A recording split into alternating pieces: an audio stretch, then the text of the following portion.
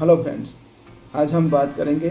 हम कई बार ऐसी चीज़ों का ग्रहण कर लेते हैं और धीरे धीरे वो आदत बन जाती है और वो कब एडिक्शन बन जाए उसका पता भी हमें नहीं चलता। कई बार देखा देखी में, फ्रेंड्स के कहने पे और कई बार जब हम स्ट्रेस में होते हैं, परेशान होते हैं, तो कुछ ऐसी चीज़ों का सेवन कर लेते हैं और धीरे धीरे वो आदत बन जाती है और कब एडिक्शन बन जाए हमें पता भी नहीं चलता दोस्तों। तो ऐसे हमारे लाइफ में व्यसन का आगमन हो जाता है। तो जो भी हमारी एडिक्शन है, तो पहले इसे कैसे छुटकारा पाना है, इसके लिए 4 स्टेप है दोस्तों। तो फर्स्ट स्टेप है कि हमें आइडेंटिफाई करना है कि हमारा क्या व्यसन है, हमारी क्या एडिक्शन है। तो फर्स्ट स्टेप में हमें ये क्लियर हो जाएगा कि हम ऐसी क्या चीज़ें ग्रहण करते हैं जिसका हमें एडिक्शन है।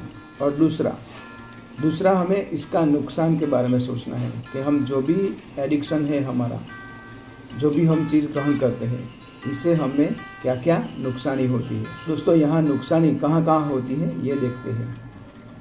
तो पहला तो हमारे बॉडी पे क्या असर होता है। हाँ दोस्तों, अगर मान लेते हैं कि कुछ ऐसी चीज़ें हैं जिसे ग्रहण करने से आपको थोड़ी देर के लिए मन की शांति मिलती है, लेकिन वो टेम्पररी है दोस्तों।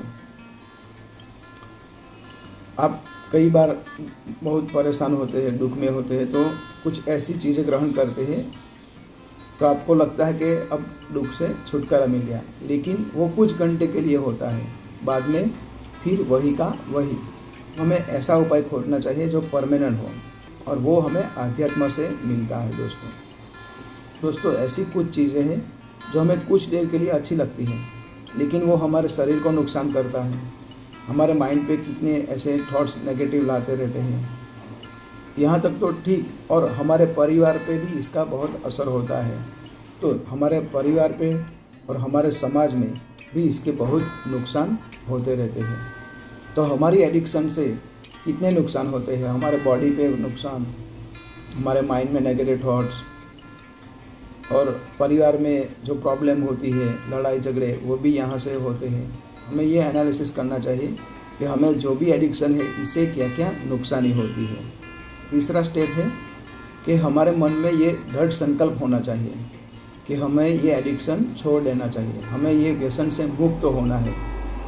जब हमारे मन में ये प्रबल इच्छा होगी, स्ट्रॉन्ग डिज़ायर होगी, तो ये आसान बन जाएगा।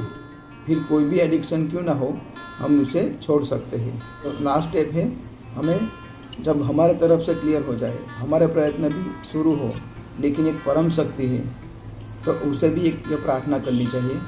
आपके जो भी इष्ट देव है, जो भी परमात्मा को आप मानते हैं, इसे यह प्रार्थना करनी चाहिए कि हे परमात्मा, मुझे शक्ति दो कि मैं इस व्यसन से मुक्त हूँ,